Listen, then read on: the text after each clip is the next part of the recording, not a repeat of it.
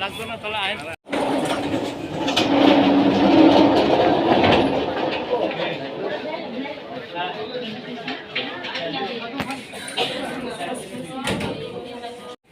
এবং আমি মনে করি এটা রাজ্যের জন্য অপূরণীয় ক্ষতি।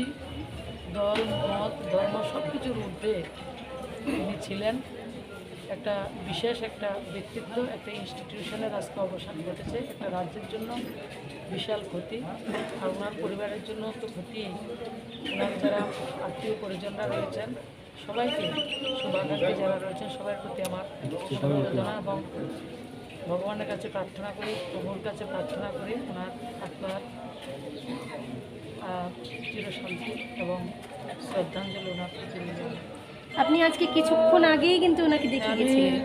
যেদিন হয়েছিল তখন এসে আমি দেখেছি, উঠিতে ছিলেন, পরিবারের সঙ্গে কথা বলেছি এবং গতকালকে আগরতলা ছিলাম না, আজকে সকালে আমি এসে জিবিতে এসে দেখেছি। তখন প্রেশারটা খুব ডাউন চলছিল।